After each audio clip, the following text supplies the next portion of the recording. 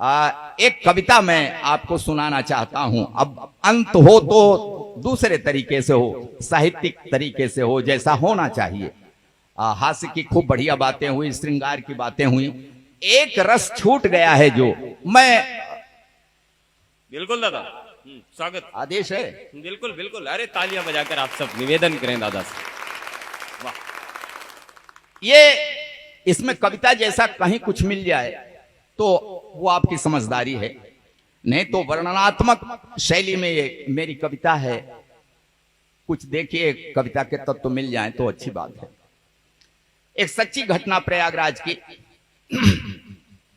एक बाप के दो बेटे, दोनों अफसर। देखिए इस कविता को जेब में रख के ले जाइएगा, इसलिए सुना रहा हूं। ये मिशन की कविता है और इसमें थोड़ा सा उठिए नहीं, बस 4 मिनट में सुनाता हूं, सुनिएगा। एक बाप के दो बेटे, दोनों अफसर, दोनों की मां का देहांत हो गया। उन बेटों की मां का देहांत हो गया। 13वीं बीती। 13वीं के दूसरे दिन दोनों बेटों ने बाप से कहा। तब बाप ने जो उत्तर दिया, बाप के मुंह से जो शब्द निकले, जो बातें निकली, मैं वो आपको सुना रहा हूं। एक बार ताली बजा करके बस शांति बनाइएगा। बाप ने कहा कि खेत बाग घर बेच दूं, चलकर रहूं तुम्हारे साथ शहर में। 1 महीना छोटे के घर, 1 महीना बड़े के घर में। भले अफसर हैं बेटे, बंटवारा बाप का इसी तरह से होता है। तब बाप ने कहा कि खेत बाग घर बेच दूं, चलकर रहूं तुम्हारे साथ शहर में। 1 महीना छोटे के घर, 1 महीना बड़े के घर में। ठीक कह रहे हो मेरे बेटों, समझ में मुझसे बढ़कर हो तुम। मैं किसान अनपढ़ गंवार हूं, पढ़े लिखे हो अफसर हो तुम। कांधा अपनी मां की अर्थी को न दे सके, इसका गम है। नहीं आए थे जिस दिन दाह संस्कार हुआ। तब कहा बाप ने कि कांधा अपनी मां की अर्थी को न दे सके, इसका गम है। लेकिन 13वीं पर आए, ये एहसान क्या मुझ पे कम है? क्या बतलाएं, हमने तुमको कितने नाजों से पाला था। तुम दोनों को चमकाने में खुद को धूमिल कर डाला था। ढंग की शिक्षा के प्रबंध में दिन बीते कितने बेढंगे। किसी तरह सिर ढका अगर तो पांव रह गए अपने नंगे। तुम्हें जिंदगी मान लिया था, तुम्हें जिंदगी मान लिया था, इसी लगन में थके नहारे। हम कितने बेरंग हुए, तब सुर्ख हो सके स्वप्न तुम्हारे। स्वयं बेसुरे हुए तुम्हारे जीवन के संगीत की खातिर। कदम कदम पर हमें हारना पड़ा तुम्हारी जीत की खातिर। जीत मिली तो क्या बतलाएं, कितनी फूल गई थी छाती। लेकिन किस्मत ऐसी निकली, हार गए हम जीती बाजी। 3 महीने तक मां तड़पी, तड़प तड़प कर देखी रास्ता। मगर न आए उसके बेटे, एक व्यस्त दूजा भी व्यस्त था। पूरी काया कान थी उसकी, हर आहट को आंक रही थी। आंखों की बेचैनी पल पल दरवाजे को झांक रही थी। बीमारी उसका क्या करती, जीने की दृढ़ता थी गहरी। लेकिन अपने पन की टूटन शायद झेल न पाई ठठरी। मां करती रह गई प्रतीक्षा अपने बेटों के आने की। बेटे करते रहे प्रतीक्षा मां के प्राण निकल जाने की। अंतिम सांसों तक ममता की परछाई आंखों में देखा।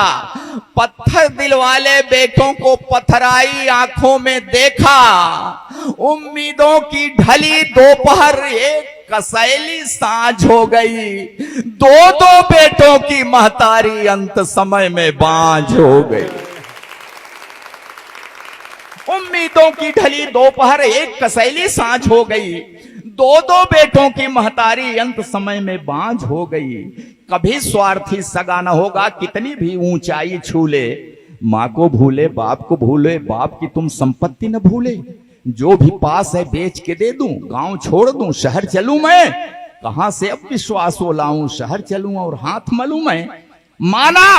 माना कम है सुख सुविधाएं, लेकिन जीने का आधार बहुत है। पैसा बहुत नहीं है, लेकिन मेरे गांव में प्यार बहुत है। वाह वाह, और एक कड़ी बात कह रहा हूं आज के इस समाज से। कहा बाप ने कि तुम दोनों इंग्लिश माध्यम के स्कूलों में पढ़े हुए हो। पछतावा हो रहा है उस बाप को, कितना कष्ट करके इंग्लिश माध्यम के स्कूलों में पढ़ाया। तब कह रहा है कि तुम दोनों इंग्लिश माध्यम के स्कूलों में पढ़े हुए हो, अंग्रेजी में बचपन बीता, अंग्रेजी में बड़े हुए हो, तो तुम जो यह व्यवहार किए हो ये ताज्जुब की बात नहीं है। तुम जो यह बर्ताव किए हो ये ताज्जुब की बात नहीं है, क्योंकि अंग्रेजी की किसी किताब में श्रवण कुमार का पाठ नहीं है। जिंदाबाद, अभिनंदन अभिनंदन। कि तुम जो यह बर्ताव किए हो ये ताज्जुब की बात नहीं है, क्योंकि अंग्रेजी की किसी किताब में श्रवण कुमार का पाठ नहीं है। रास्ता देख रहे अशकों का आशीर्वाद भी ले न सके तुम, मेरे लायक बेटों माँ को अंजलि भर जल दे न सके तुम। देखो इसका नाम है कल्लू। वहीं एक नौजवान गांव का पड़ोस का खड़ा हुआ है, तब इशारा किया बाप ने कि देखो इसका नाम है कल्लू, हमें खिलाकर फिर कुछ खाया, 3 महीने साथ रहा, ये कब सोया मैं जान न पाया। बेटा वह जो बुझते मन में जीवन की एक आस जगाए, बेटा वह कपते हाथों की जो बढ़कर लाठी बन जाए।